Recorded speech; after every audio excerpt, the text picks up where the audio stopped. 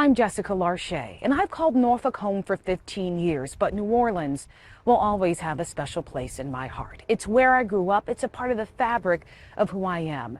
That's why the 20th anniversary of Hurricane Katrina is so emotional. When the storm hit, I was away in college at Florida A&M University, about 6 hours away from New Orleans. My family had evacuated. They were safe with me. So I watched the devastation unfold through the eyes of journalists like Norfolk native Ed Reams. He was a reporter for WDSU in New Orleans, and now, 20 years later, he is a leader of the News 3 newsroom, sharing his experiences covering the storm. 10,000 people are inside trying to seek refuge from Katrina right now.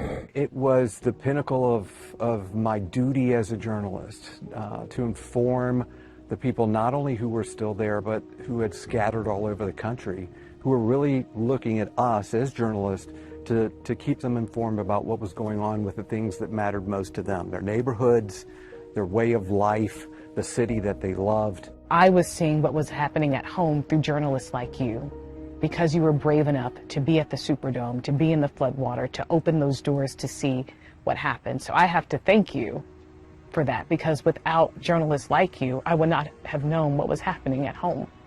I was doing my part for a city that I loved.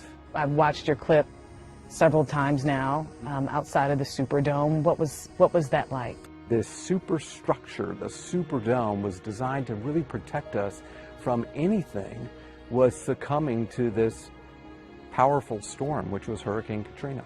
Started hearing some kind of banging, a banging on the roof, and it started getting louder, and it started getting louder, and then we started looking up, and we could see water coming from the roof of the Superdome. I remember going outside and seeing what had happened. What I noticed was around the corner, water was starting to come in. I think I mentioned that wasn't supposed to be there. This is the street between the New Orleans Arena and also the Superdome. This water's not supposed to be here. We started to get reports that there had been some levee failures, there had been some flood wall failures, and this was big. This was changing our city right in front of our eyes. Day after day after day, we did stories about people who were coming back home and seeing their homes, their memories covered in silt, covered in mud, destroyed. That was always hard because you could see it on their face. Their life was flashing before them. We're assigned to tell the stories of those around us, but Ed, that's a lot as a person to take on because New Orleans had become a part of you. Right. You know, I grew up in Norfolk. Norfolk is home. Hampton Roads is where my family lives. This is home. But New Orleans was my home as well. It's a city that I fell in love with. I connected with. It has a soul. It was like a family member had been injured. So there was a period of mourning about what do we do? But then you really dig deep in yourself and say, what can I do to help lead forward? You do it by telling people what happened.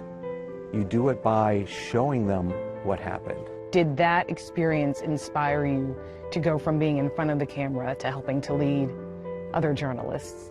It was the final thing that said, this is your calling. If you can survive, walk through, and lead through a natural disaster of this magnitude, why can't you take on something else? How has that shaped you as the leader of WTKR News 3 20 years later? God forbid, if something like that happened here, that you would be uniquely prepared to lead us through that.